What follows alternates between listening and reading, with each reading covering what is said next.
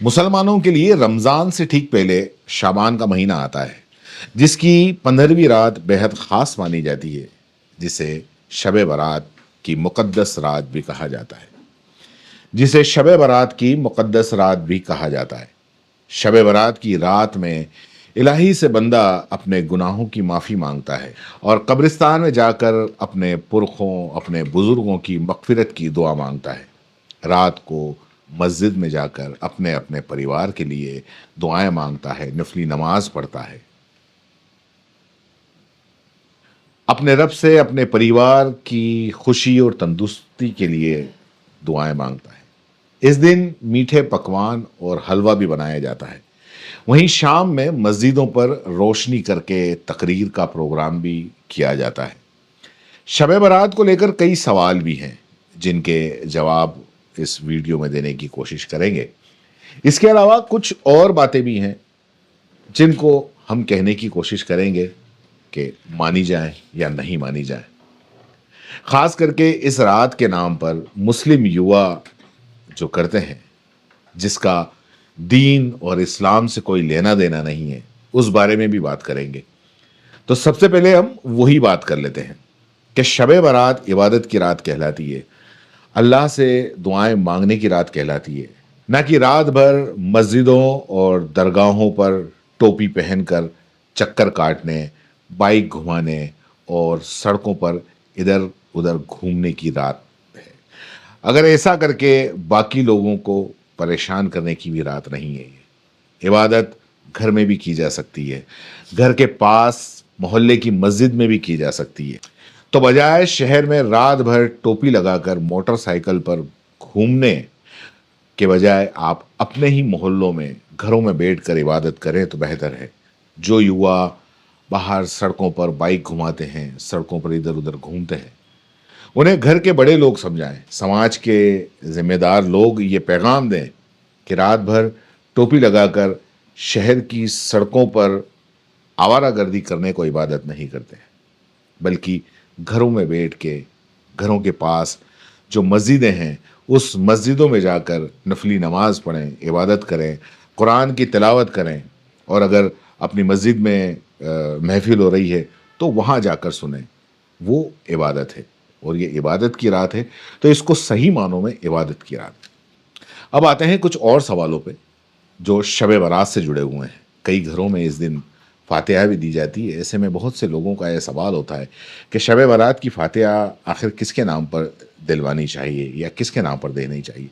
तो आपको बता दें कि शब बारात जो है वो घर के मरहूम तमाम आला बुजुर्गों उलमा इकराम के नाम पर फातिहा दी जानी चाहिए। एक और सवाल भी आता है कि इस महीने का रमज़ान से क्या ताल्लुक़ होता है।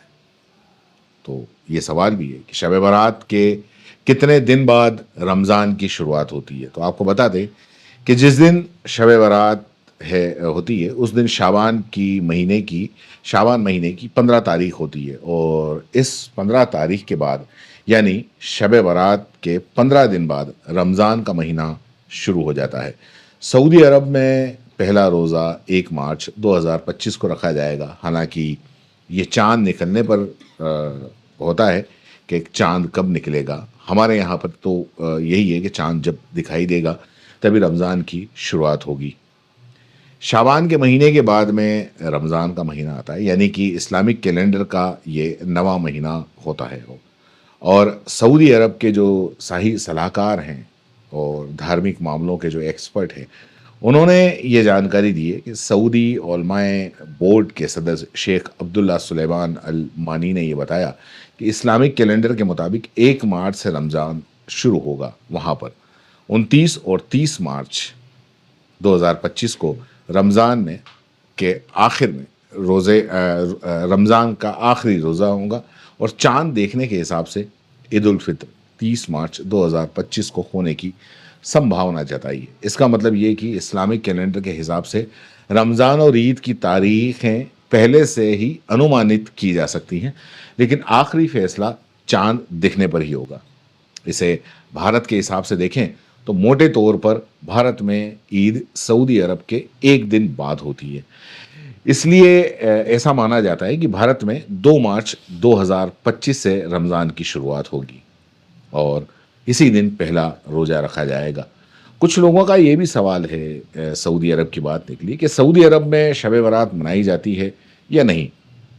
تو آپ کو بتا دیں کہ اس ماڈرن اسلامک اسکالر پر جو ماڈرن اسلامک اسکالر ہیں ان کا یہ ماننا ہے کہ سعودی عرب جہاں سے اسلام کی شروعات ہوئی، جہاں پروفیٹ محمد صلی اللہ علیہ وسلم رہا کرتے تھے، ان کی زندگی کو صحابہ کرام نے دیکھا ہے، اور اس جیسے علاقے میں یعنی سعودی عرب میں آج تک جس طریقے سے ہمارے یہاں انڈیا، پاکستان، بنگلہ دیش، ان دیشوں کے اندر جس طریقے سے شب برات منائی جاتی ہے ویسے کبھی وہاں پر مناتے ہوئے نہیں دیکھا۔ سعودی عرب میں اس طریقے کا جشن کہیں نہیں منایا جاتا جیسا آپ کو ہندوستان، پاکستان، نیپال، بنگلہ دیش میں دیکھنے کو ملتا ہے۔ جبکہ آپ کو بتا دیں کہ انڈیا، پاکستان اور باقی کے ملکوں میں شب برات کے دن کچھ ایسا منایا جاتا ہے جیسے مسلمان کوئی عید کا تہوار منا رہے ہوں۔ حالانکہ عبادت سعودی عرب میں بھی کی جاتی ہے۔ اس کے علاوہ آپ کو بتا دیں کہ پروفیٹ محمد صلی اللہ علیہ وسلم شعبان کے مہینے میں کیا کرتے تھے۔